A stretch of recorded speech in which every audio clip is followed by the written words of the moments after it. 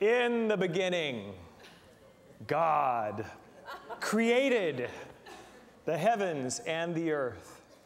Now the earth was formless and empty. Darkness was over the surface of the deep, and the Spirit of God was hovering over the waters. And God said, "Let there be light." Some of you have read your bulletin, or maybe your Bible, I don't know. And God said, "Let there be light," and there was light. God saw the light was good, and He separated the light from the darkness. God called the light day, and the darkness He called night. And there was evening, and there was morning, the first day. That's a really good beginning. I actually, many of you know, I come from a Pentecostal background. My brother's a Pentecostal pastor, and I don't know that my brother has done this, but I know some more traditional churches will, a minister will actually preach the entire Bible. I like the beginning and some of the other parts throughout, but we get to a Leviticus, and it's like the proper way to sacrifice the bull, and if they have, I can't find it. So there you go. But that is a great beginning. That is an amazing story. Do you feel the power of that? In the beginning, God created the heavens and the earth. And the earth was empty and formless. A lot of the translations are, and the earth was void. And the Spirit of God hovered over the waters and said, "Let there be light." The first words recorded in that tradition were God speaking, "Let there be light," and there was light. Now, we actually know today in science that our universe is probably one of an infinite number of universes in the multiverse. But our universe began something called the Big Bang. And in my mind, that the presence, the creator, the energy of life itself simply saying, "Now, yes, let there be light." And everything we know, and even the things that we'll never be able to explore, our universe is vast, created instantly. It's an amazing story. The story, when I was a kid, because this is kind of what I was taught, I was taught basically biblical literalism or fundamentalism. I thought that God was like writing it down and then handing it to people. That's sort of the way that I thought the Bible got written. And then years later in study, I found out that that's not the way it came to be. That this was oral tradition. And I imagine people in clans and tribes on cold nights in the dark, they sat around fires, they told the story. Here's how it all began. In the beginning, God created the heavens and the earth. And they felt the power of that. It was a way of explaining their existence. What we teach in Unity is not biblical literalism. We don't argue it. I mean, if people want to be literalists and believe that every word is factually true, we're not going to argue that with you, but that's just not what we do. We're less interested in the fact and more interested in the truth. And there's a Native American tradition that when beginning a story, they would say this: "I don't know if any of this happened, but I know it's true." So I don't know if any of this happened this way, but I know it's true. In the beginning, God created the heavens and the earth. And the earth was formless and empty. Darkness over the surface of the deep, and the Spirit of God was hovering over the waters. And God said, "Let there be light," and there was light. From the nothing came the something, came the everything. It's actually not nothing, it's no thing. I know it's deep. I hope you've had your coffee this morning, because we're going to go a little deep. In the Eastern traditions, it's talked about that the void, the formless, the undifferentiated oneness reveals itself as form. In Hinduism, it's called Brahma. That Brahma, everything arises from and returns to Brahma. So people think that they have all these multiple gods in Hinduism. There's an understanding deep in Hinduism that it's all one presence, one life that reveals itself in infinite forms and faces. That's what we teach. In Hinduism, it's called Brahma. In Taoism, it's called Tao, the way. The Tao became the one, and the one became the two, and the two became the three, and the three became the 10,000, or the infinite. There's an evolution, a revelation of God into our universe that we get to see and participate in. In Buddhism, it's called nirvana, the cessation of the poles, of the opposites, where all is one. And in the Hebrew tradition, the earth was formless and void. This morning I'm going to be teaching you from the Hebrew Bible, the Christian Bible, some New Thought classics, and a little Leonard Cohen lyric. I hope you guys are up for all of that. But there is an agreement in a lot of the mystical traditions that from the no thing comes everything. But the no thing is not nothing. The formless, the undifferentiated oneness of all that is in potentiality is alive and ready to spring forth into babies and galaxies and quasars and redwood trees and Ford Mustangs. It's just ready. It's just poised to be created into form. Just ready, waiting. And it was there, and God was hovering over the surface, and it was formless but ready, waiting for the word. And God said, "Let there be light," and there was light. Amazing story. It's an amazing story. And it just awes and humbles me that from these ancient peoples came this story of how we came to be, and then thousands of years later, with all of our understanding of the 21st century, all of our psychological and scientific understanding, we can still read this story and find truth here. This no-thingness that is seeking to reveal itself into form, I call it love. Many of the mystical traditions agree that this is a name for God, but it's not only God, the potentiality, it is God, the impulse, the need to reveal itself. That is love. Ernest Holmes defined love as God. It's the self-givingness of God into creation. It is this desire to be something. Don't you all want to be something? You are something. And you got that way because of the desire of God to reveal its nature as form. Individuated expressions of the infinite one. That's what's going on here. It's amazing. Everywhere is this going on. God's desire to express reveals itself in form. I have a couple of pictures I'd like to show you of one of my favorite forms. Do we have that photograph, please? Oh, isn't she beautiful? Isn't she gorgeous? This is my daughter, Micah. She is my daughter of the heart. I always feel like I have to explain that she's not mine by biology or law, but she's mine. Her mom's asked me to be her daddy, and so she and daddy, oh, and she says it, I mean, yeah, I'm just writing checks, whatever you want. Just, you know, she's 2. She turned 2 in November, and it's incredible just to watch this. Exactly what I'm talking about today, this desire of creation to reveal nature. She's every day, it's like this soul, this eternal spirit that is now being housed in this tiny little body is just wiring in, learning the context of this human family she's been born into, learning language. Recently, I was there visiting in Dallas, and she had taken one of her mom's rocks from the garden that had an inspiring word on it. It was very beautiful, you know, and she took it over her head, and she looked at me, and she threw it on the patio and broke it. First complete sentence she'd ever said to me, she said, "Daddy, baby broke rock."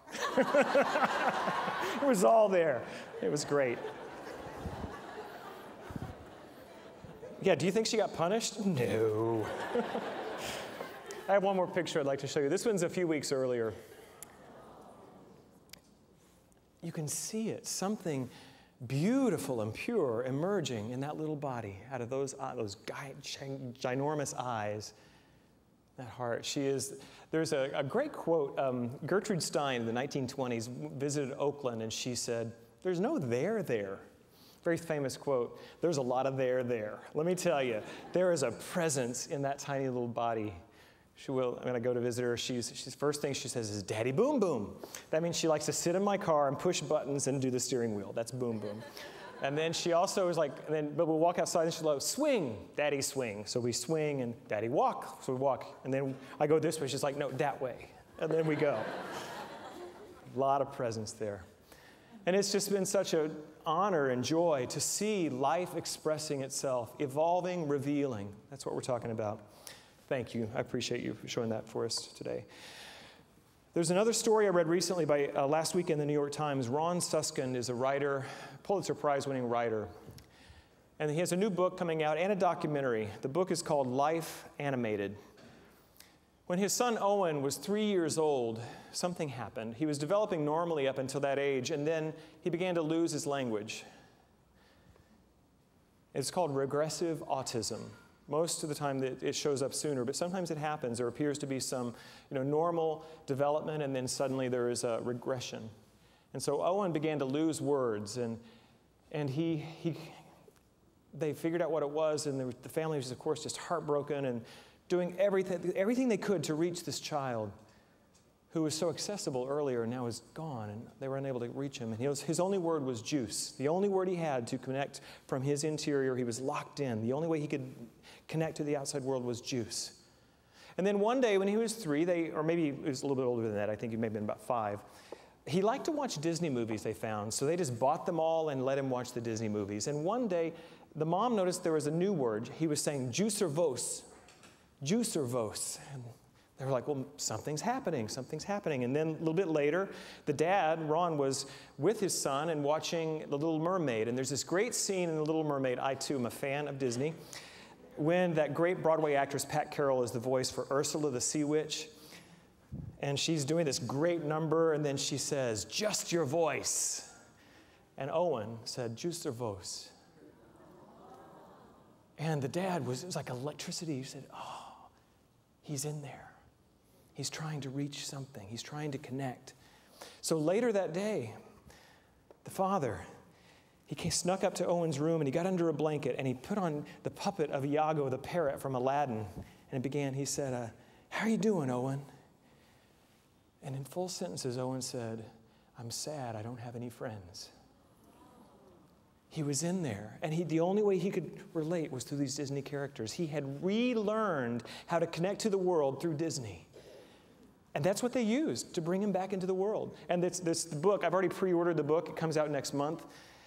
The article, it's on the New York Times. You can go online and read it. It's an incredible story, how they began to just interact with him and the whole family would act out the movies, and he would then they took him to Disneyland, and he was alive. And he was connecting with all these things. He's now in his 20s. He's graduated college. He has a girlfriend and a job. He's not what we would call normal, but he's got a full life. And there's a great video on the New York Times website of him and his dad, and they start talking about Owen learned what life was by these stories and interactions. And in The Lion King, it's a great father-son story. And it's beautiful. You just have to watch it. But Owen could speak every word in time and in dialect of every character in that movie. Still, it's just amazing. The point of all that is, not to sell books for Ron Susskind, the point of that is that same pulsating power that is seeking to reveal itself is inside that little autistic child and was finding some way to reveal itself. God, be revealed in me is what we just sang. That's happening in all of us. There is an impulse for life to have more freedom and expression all the time, always, forever. And it's happening in your life right now. And we have the choice on how we use it. Genesis 1:27, later in that same chapter, it says this, so God created mankind in his own image, and in the image of God he created them, male and female. We are created in the likeness of a creative force, of a creative God, of a creator.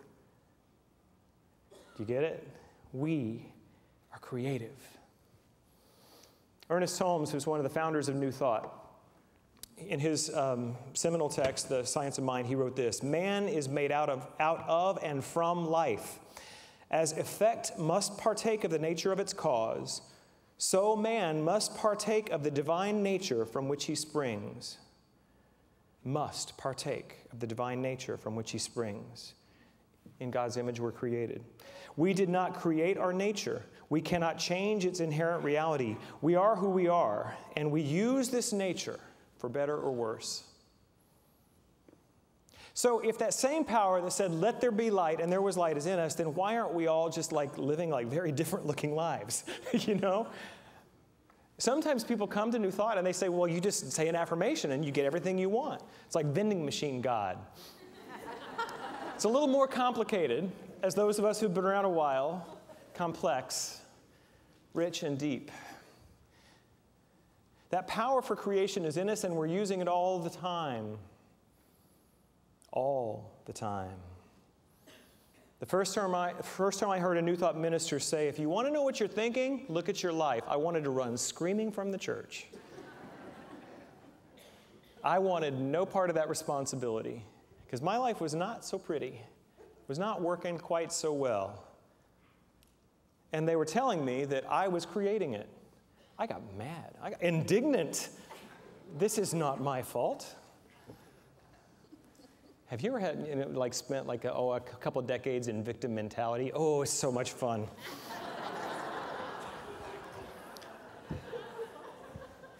What we offer in Unity Teaching,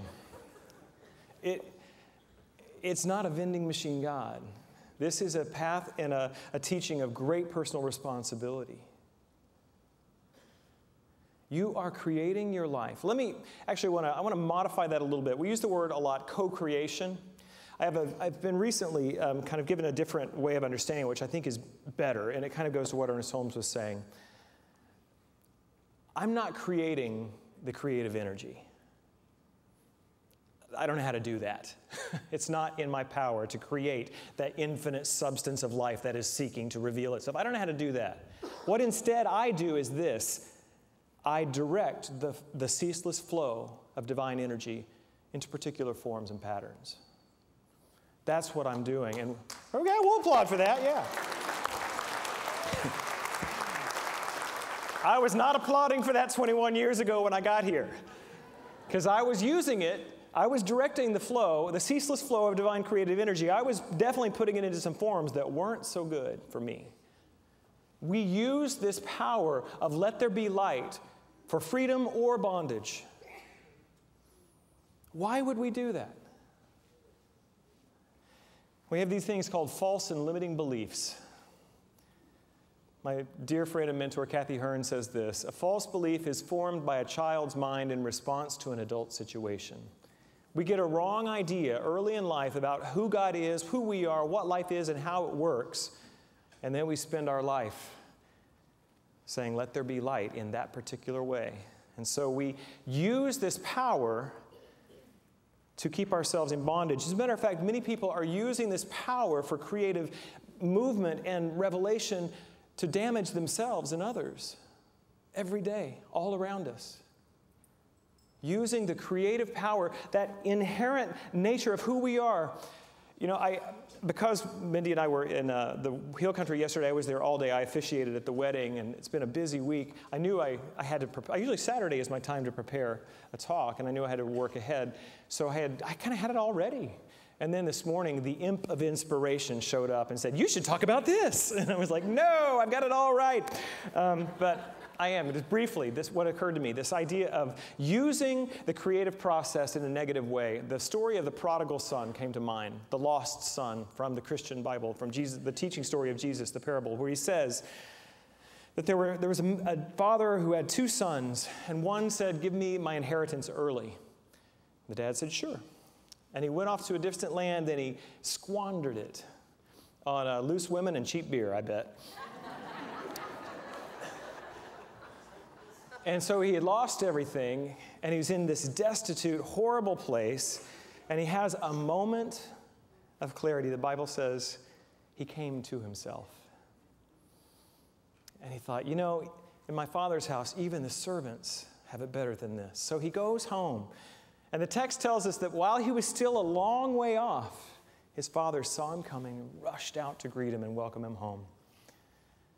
He ordered his best robe and ring brought out. Kill the fatted calf. We're having a party. My son who was gone, he's lost, he has returned. Beautiful story. But there's more. Do you remember what happens next? There was another brother. He had stayed home. And he was like, what the? Wait a minute. This guy takes half your money. Loose women, cheap beer. And what? You're throwing him a party? When I have been faithful and I have stayed home and I've done what needs to be done. And the father says to him, my son, you have always been with me and everything I have is yours. Remember, he had said too, I forgot this part, that he had said, you have never given me so much as a cat or a goat to have a party with my friends. And he says, the dad was like, no, everything I have is yours. We are all three characters in that story.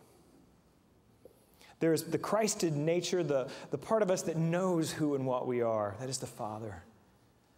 Then there is the prodigal, the one who is using this power for creative expression for damage and bondage. We've done that. This is when we let our false beliefs and negative thoughts about who we are in the world, we let them run our lives and create havoc. We've all done that. And then there's part of us that's the good boy, a girl, who stays home, not causing any problems, but not knowing who we are, not fully stepping into what is ours. In the Christian New Testament, it actually says that we are joint heirs with Christ. About 15, 16 years ago, I was working at a little New Thought church up in Dallas, and I answered the phone. I was a receptionist, and among other things. I won't tell you that story later. But the woman who answered the phone was a minister from Austin, platinum blonde Jewish grandmother named Reverend Rainbow Johnson.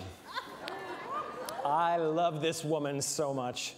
She's become a dear friend of mine, and she says, we were doing some ceremony, and she was driving up from Austin to Dallas, and she said, now, what was your name again, honey? And I said, I'm Michael Gott. Gott? How do you spell that? I said, G-O-T-T. She said, you know what that means in German? I said, yeah, it means God. She says, you have God as your last name. Oh, my God, we should all have God as our last name. And we do. And these two sons, neither of them fully realized what that meant. But the Father was there, saying, all that I have is yours. I said in the first service, maybe there should be a third son. But you know what I actually think it is? I think it's the next chapter for the one who went away, who came home and came to himself, and now realized what it meant to be a son of this giving Father. And that's who we want to be. We want to be using our inheritance consciously and creatively, not to create more damage and more chaos in our lives, but to heal our own lives and then be the light of transformation in this planet. And it is so desperately needed. Now is our time. We must heal our lives.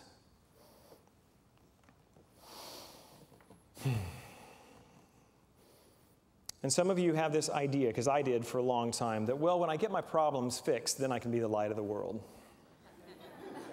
I'll handle it first. Have you ever made the bed before the maid comes? Wash the dishes? I mean, we are so conscious of image. It's like I can't come to church with my brokenness. I've got to get it all fixed, and then I can come be the light of the world.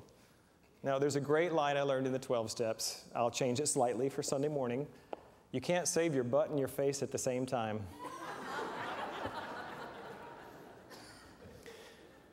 Those problems, those places where you have been experiencing bondage, those are the very places where freedom is waiting. The problem is the architect of your solution. How do you know what to pray for unless you see what's going on?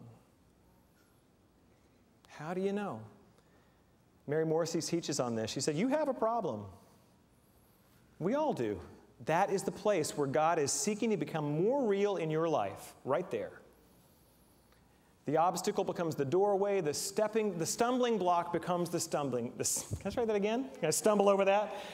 The stumbling block becomes the stepping stone on your path of revealing the light of God. Let there be light. So whatever that area of darkness is in your life, don't deny. The way out is through. Leonard Cohen says it this way, our dear Leonard Cohen. Ring the bells that still can ring. Forget your perfect offering. There's a crack in everything. That's how the light gets in. There's a crack in everything. That's how the light gets in. Can you bring up that next image, please? There's a wonderful show of the Impressionists showing at the Houston Museum of Fine Art. Wonderful paintings. And this doesn't even begin to the light. I mean, the photograph just can't capture it. I turned the corner, and amazing. This is by Renoir. And I saw it. I mean, I had this experience with many paintings, but with this one in particular, I just stood there. It's a small canvas, and I cried, and not because they're onions. Dude, the tears just came to my eyes because I realized what was happening here. This human being, limited, frail, made mistakes. He had a few things lying around. He had a piece of cloth stretched over some wood. He had a canvas. He had a few colors of paint and a medium that could be mixed to make more colors. He had some onions and garlic and a napkin on a table. And from those very limited and humble things around him, he created something of beauty that is lasting generations. The light and the color, the beauty that's expressed with those very limited things. This is your task, my brothers and my sisters, is to take whatever is in your life and let the light and beauty of God be delivered through them. Let there be light. Marianne Williamson was here last year, and she said, whatever your thing is, that's your karma. Yeah. You're gay? Great. That's your karma. Be that. Be the light of God as a gay man or a woman. You're black, you're Jewish, you're differently abled, you're handicapped, whatever. Just that's it. You're not good at numbers? Great.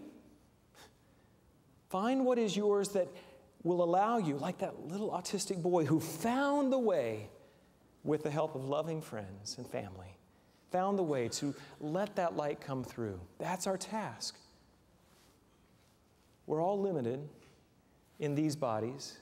You were born, you have a life, you will die, you'll lay it down. Use it. Those objects could have been just languishing in Renoir's house and never have been put into form like this. Thank God, that impulse of life to say, let me be something. Say the word, let me be something. That impulse was in Renoir, and he said, let there be light. And the world was given light. One more image. I just want you to see this child again because she's so beautiful. Romans 8:19 is my favorite Bible verse right now. It says this, creation waits in eager anticipation for the children of God to be revealed. Creation waits in eager anticipation for the children of God to be revealed. Will you reveal who you came here to be? Watching this beautiful little girl, Micah is her name. She hasn't learned yet to be ashamed or to stop expressing all that there-ness that she has. I'm going to do everything I can so that she doesn't. She will. This is part of the human experience. We learn those false beliefs always. But the point is to move beyond them, to heal them, so you can reveal your essence to the world. Creation waits in eager anticipation for you to reveal yourself as a child of God. God bless you. I love you.